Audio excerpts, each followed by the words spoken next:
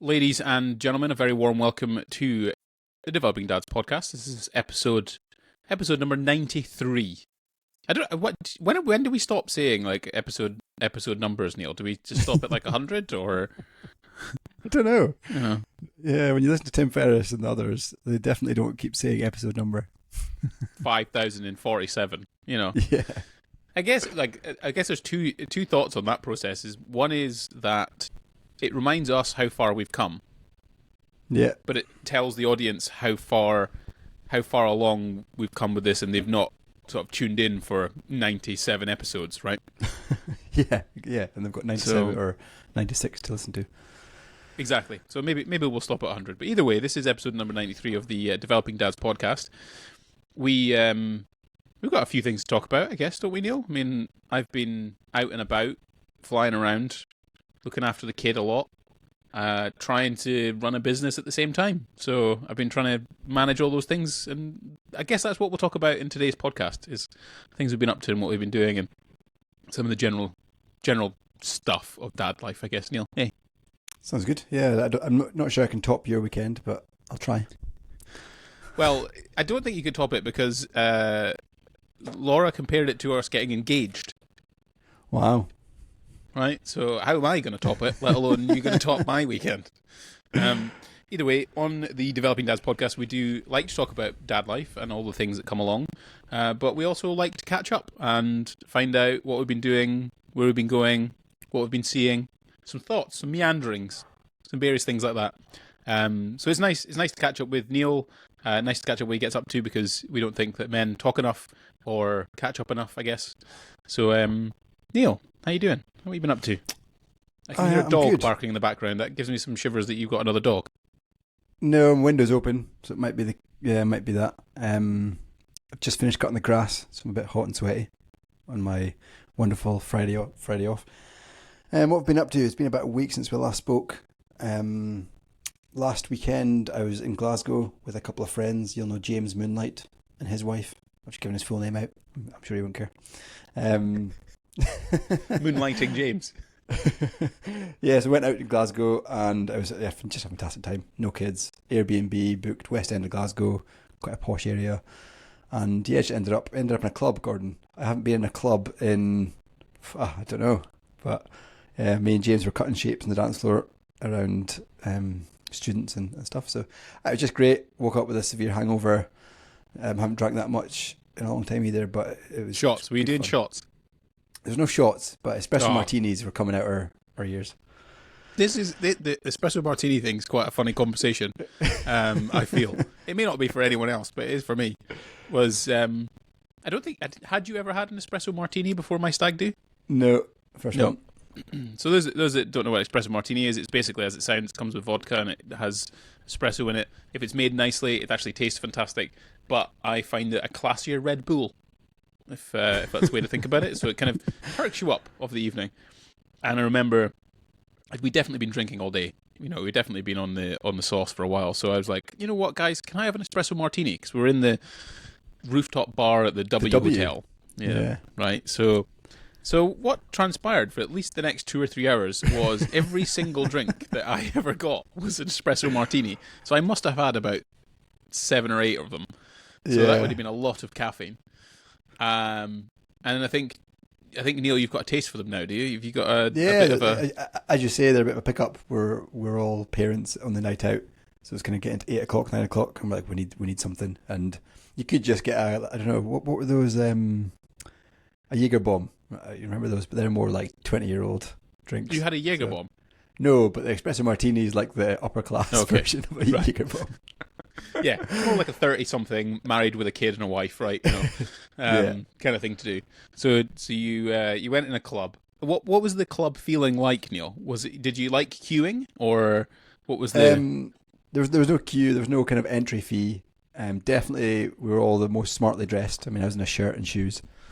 Nobody else was in shirts and shoes. This sounds interesting. You didn't have to pay to get in. Was that because it was a classy club, or was it a not so classy club? Bit of a dive.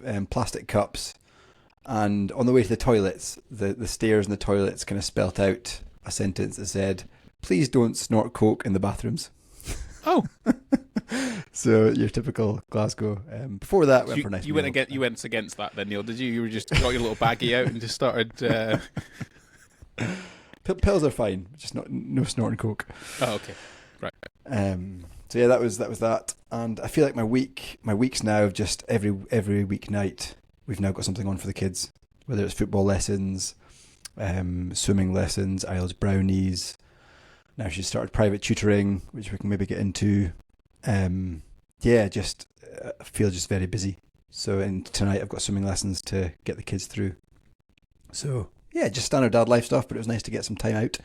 No kids. Spend some time with James and Heather. And live a little. It's funny how when we're younger, we can't wait to be busy. And then when we're older, we can't wait to be quiet. Yeah. And it's funny, you go through your weeks and think, I'm pretty busy, how can I fit more stuff in? But you just somehow manage to. Like with this tutoring stuff, and now boys are football lessons, Isles Brownie, like just everything's mounting up. And then there's a financial burden as well, because all these things cost money. Don't they just, Neil? Don't they just? You want to do the best for your kids, I guess. Nah, screw it. Especially when spend it their comes to inheritance. education. Yeah, there's a foundation thing. I think about it a lot. Is that I think we can't determine, like you can't determine how successful someone's going to be, but you can set them up for success. That's the way I think about it. Put the foundations in, and yeah, I mean, Isla's got the whole COVID in her background with P1. 80% of her time in P1 was at home, so that's not going to help a child. And P2 was something like 40%. So yeah, quite a lot of time out. A lot of our friends and peers are struggling as well. Luckily, I'm grateful enough that we're financially capable of putting her into private tuition, because it's bloody not cheap. But hopefully it gives her the leg up, the confidence to progress. Yeah, good. See how it goes, I guess. Yeah. But that's all I've got. I mean, I think the next 30 minutes of this podcast is going to be Las Vegas and your shenanigans you've been up to. You still jet lagged? Or are you back? I don't know. I have no idea, Neil. I just feel tired. Yeah. So yeah, certainly like the past 3 weeks. This is a takeaway for me. I think I guess you could be a relatively new dad. I don't know when you don't become a new dad, but let's say I am. Olivia's 2, and it still kind of itches me a little bit when when I'm looking after her, or I have to take time off away from work to do the dad thing and look after the kid, and do the bit that actually matters. Let's be honest. In the past 3 weeks, I've basically taken up at least 30%, if not a bit more, of the available caretaking requirement for Olivia. Right, so she did a couple of days she did 3 days a week, 3 days at nursery, and then did 2 days with me. So it was a lot, right? And I've got to try and run a business and try and manage team members and new clients and all sorts of bits and pieces. So it's kind of definitely like that balance thing of trying to do it all. And I struggle a little bit because I felt guilty that I wasn't working, because I seem to attach my value to how much I can contribute towards the family and whatever else, right? Rather than actually just being an emotional, caring dad who looks after his kid. And I've been reflecting on it for the past sort of 3 weeks as I was doing it, and I'm like, it's still kind of, it's hard not to feel like I want to work. You know what I mean? At the same time as wanting to be with Olivia. But then I look back on the past 3 weeks, the extra day that we had together. What it did was also force me into thinking of unique and interesting things for both of us to experience together. Like going off to the Natural History Museum, just the two of us, was a daunting experience for me somewhat, because you've got to leave the house and make sure you've brought everything. But at the same time, you can usually work it out. You've been in those situations, I'm sure. But also just taking her to a new location where there's big dinosaurs, where she just looks up and goes, "Wow," and experience, when you experience something together that's new and you overcome a challenge or whatever else, then it kind of bonds you more. And I feel like over these past 3 weeks, because we've been doing lots of new things and hanging out together and whatnot, that we've been bonding really well. And, you know, regardless of how guilty I feel about not necessarily working, you know, my value in this family isn't necessarily how much money I can bring to the table. It's actually it's how much how much playtime I can give and how much kind of emotion that I can I get that. you know, how many cuddles I can give, you know, those kind of things. So that was been quite tough, and it's just been generally manic. And then we had this, you know, to bring the crescendo to the end of this whole sort of 3 weeks, we went off to, you know, the Vegas thing, right? And I think I asked you in the last podcast, didn't I? Like, when was the last time you did something that was a blow me away surprise? And you said it was when you got engaged. How many years ago? 10 years ago? 15 years ago? Yeah, 11 years ago probably. You know? And you don't get many of those moments, right? You don't get many of those moments in your life, and I think you're evidence of that. And I haven't had many moments like that. Like, me and Laura get engaged. I remember taking Mum to New York, that first class thing that we did. Those were all like very...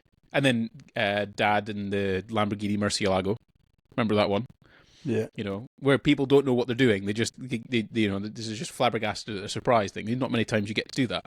And maybe for you for Dubai. Yeah, that was pretty mad. That was a massive surprise. And you knew you were going somewhere, but you didn't know where you were going. Yeah. And I friggin' love doing those. I actually enjoy those. I think I enjoy those types of things more than the person experiencing it. Which I don't know whether it's right or wrong. You get the kind of weeks and months before to all of prep it. It's bloody fantastic. Like, even for you, when we went to Dubai, I remember trying like secretly phone Rebecca, you know, and have a conversation with Rebecca about stuff, and like really going behind your back and trying to figure out what was going on. And I think also, actually, maybe I've done a few things. The Inverness Marathon. Do you remember that one? Yeah. You got in the huff. I've surprised you a couple of times. Your birthday down in you brought Joe to a bodybuilding competition. Yeah, you have done those. You have done those things. You forget about them, don't you? So this for me was like one of those, right? It was one of those things where I got to surprise Laura like massively, and to do something that she's always dreamed of doing. I think I explained it on the last podcast. It was going to see Adele in Vegas, basically. But I held out. I was going to try and... She normally did well in advance because she likes to make sure she's fully packed for the actual event and all that kind of thing. But no, I refused to forgive into that, because I knew if we were sat in the airport having a little Nero coffee, it would be a fun thing to just, you know, film her opening the cards and whatever else. So I gave her 2 cards. One had Elvis on the front of it, and the other one had essentially the Adele lyrics around the center of it. And I gave her the Elvis card first, and she had no idea what Elvis had to do with that Vegas. Video was funny. And I tried to hum it. I tried to hum and I think once you hear it, it's Viva Las Vegas, right? That's what you hear. So anyway, I told her we're going to Vegas, and she still didn't clock. She was still like, "Oh, what do you mean we're going to Vegas? That's ridiculous. Like, why are we going to Vegas?" And then I gave her the next card, and that card was from Olivia, so I wrote a nice little thing in it, and then I told her to sing the lyrics or sing the words that are on the front of the card. And she got sort of maybe, I don't know, a few words in, and she just kind of looked up and is this aghast, this shock. And she was like, "Are we going to see Adele?" And I was like, "Yep, we're going to see Adele in Las Vegas." And that felt good. There was tears, and there was happiness, and there was hugs, and all sorts of bits and pieces, and it was great. It's just, and then the trip itself, I'd organised a few surprises. So we had obviously Adele on the Friday. So we arrived on Thursday, had Adele on the Friday evening, and on the Friday daytime I'd organised a daybed riverside pod thing at the MGM Grand Pool Complex. So you basically got food and drinks and all sorts of, like a server, and you got this kind of nice daybed thing, and it was 34-degree heat, and it was all, you know, lovely and amazing. And yeah, it's just, I think it was a perfect day, really, to be honest. I think I can see why Laura compared it to her to the engagement. Yeah, it's nice. And then we just enjoyed some of the craziness of Vegas. Like, we went shopping, did a walk, we went to the Wynn Buffet. So one day, Neil, we're going to go to Vegas, right? And we're going to go to the W Hotel, and we're going to the Wynn Buffet. And it's basically when I filmed it. So I was trying to show David and Denise, my in-laws, what this thing looked like. And it's basically, it took 2.5 minutes to film the entire buffet. Wow. And it has everything. Is it good food though, or is it pretty? Yeah, it's nice. Yeah. It's nice food. Like you're getting lobster.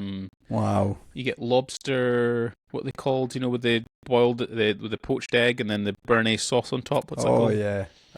Yeah, I know, but I don't know. Yeah, one of them. With lobsters, for example, you get sushi. You get like sort of prawns and salmon and all sorts of fish sort of Nice. stuff. You get Chinese food if you want it. You get like Singapore noodles and stuff, but you also get all the breakfast things like bacon and different types of bacon, and then you get the gold. You get brisket and all sorts of smoked brisket stuff, and you get eggs different ways. You get different pancakes, crepes. Wow. You get there's a French like patisserie section where you get all these kind of different things like macarons and brownie stuff, and you get different breads, and then you can get all sorts of ice creams, and you get salads, and you can get different yogurts, and it's insane. It's absolutely insane. And you get like obviously free drinks like apple juice and coffees and all sorts of bits and pieces. So it's very fun. We did that the second day, and then we did a walk down the strip. And for anyone who's not been to Vegas, it's one of the most insane places in the world. Where, for example, one section is called the Venetian, and it's styled on Venice to the point where it has yeah, I think I saw your photos. Yeah. it's got an indoor canal. Now, this leads me to how much Vegas costs. To sit on a gondola, let's say a gondola, I do that in inverted commas, in a shopping centre, on a fake river thing. How much do you think it costs for two people? $156 each total Or- for two people. Wow. $75 each. That's mad. For probably Plus a what? tip. Plus a tip, Neil, so you'll be another $20, $30 on top for Yeah. a tip. So it'll be $100 each to sit on this thing through a shopping mall. Wow. And how long does And it even- last? I don't know. Don't care. I mean, I did the real one in Venice, and it wasn't even that much Yeah, that's mad. mentally. So What's the drink out there? Like a pint. a pint was £14. Wow. Like $14 maybe, £14, £14, something like that. Yeah, two drinks Wow. we had at a bar when we first arrived. It was like $35, I think. Yeah, bargain. Yeah, And- bring on the pound needs to get stronger. And it was funny because the guys next to us that were on a table. So you get these pods and you get day beds. So we were on a pod, which is great for two people, just for me and Laura. By the way, if anyone is going to go to Vegas, go to the MGM Grand, do next to the lazy river, get a pod. It's reasonably, it's not cheap, but you get like a credit towards all your food and drink and stuff for that day. And again, drinks are expensive. But the guys next to us had a day bed, so you can get a few more people on it. They ordered nachos.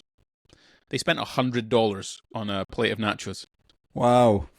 Jesus Christ. I mean, Crisps it was and some salsa. yeah, it had a bit of steak on it, but it was $100, and it was big enough. I mean, it was big enough to feed a good 15 people, but still $100, right? Cocktail. So you get these like commemorative. I'm going to take you to Vegas one, Neil. We're going to go, right? Just I promise. Cup thing, right? It's got cocktails in it. $35. One drink, bargain. Yeah. I also bought some chocolate bars in the hotel because I was like, a couple of chocolate bars. $10.50 for two chocolate bars. Yeah, bargain. So The world we live in. yeah, so we walked down the strip on that Saturday. Went back to the room. Then we did some dinner at a nice place called Taco Madera, which was good, but kind of American-y. Then we went to an outlet mall on the Sunday, and then we sort of flew home Sunday night. So yeah, it was pretty hectic, but it was great, fantastic. Coming back to reality, was that a bit of a kick in the face, or? Big kick in the face because we came back.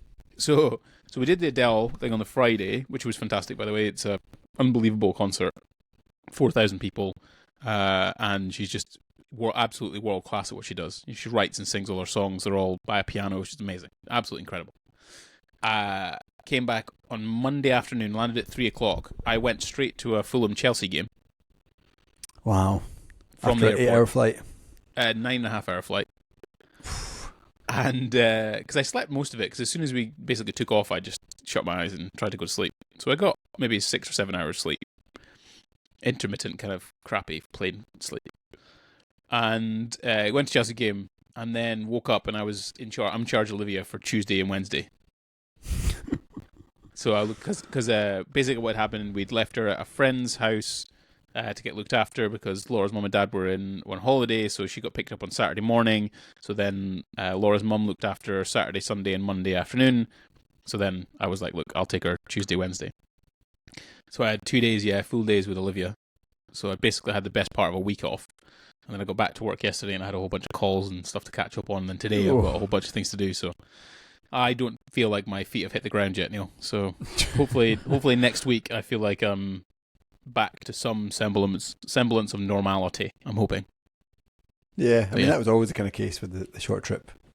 Time zone difference and all that. Yeah, and it's just the experience, right? You just jump into it and just go with it and just have fun. And it again, you talking about the idea of like feeling grateful for being able to be in a position to do those kind of things, and you're totally right. It's like I feel very grateful for being able to do those kind of things and to have the people around me as well to lean on if we need sort of help with Olivia, for example. So we had two friends of ours who loved it.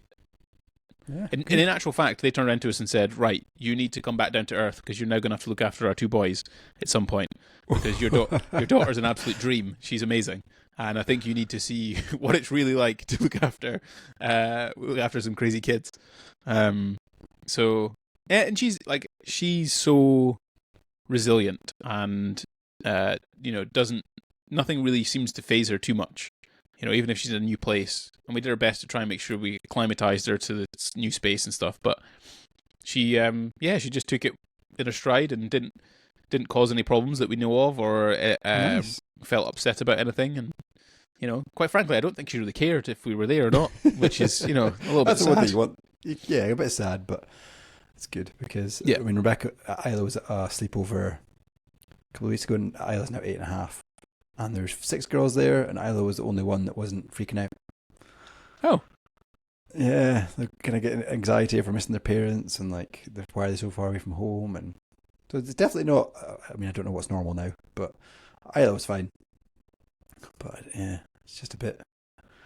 I did have, so you're obviously a little bit worried because she's not in your care, and she's not in her usual other care, which is grandparents. So there is sometimes that little bit of nagging worry, but like you don't have to go away. You don't have to give your kid away to these friends of yours. And why would you be giving them to someone you don't trust? Yeah, right? Exactly. So they were just amazing and helped us out. So yeah, the whole trip I just felt particularly grateful for being able to go and do that kind of thing and enjoy it and not worry about it and complain about the fact that I had to spend $10 on 2 chocolate bars, but at the same time I still bought them. Right? So yeah, it was a great time, and I would like a day off at some point if I'm honest. That would be nice. Yeah, I wonder when that's going to come. I mean, you technically did get Las Vegas a few days off there. That was not a day off. No, they were like, because you again, you're in that position of like trying to maximize every minute of what you're doing. So every time, and you're not hanging around. You're like going out, seeing things, doing stuff, eating stuff, saying hello. Did do a bit of gamble. Have you ever gambled at a casino, Neil? Never.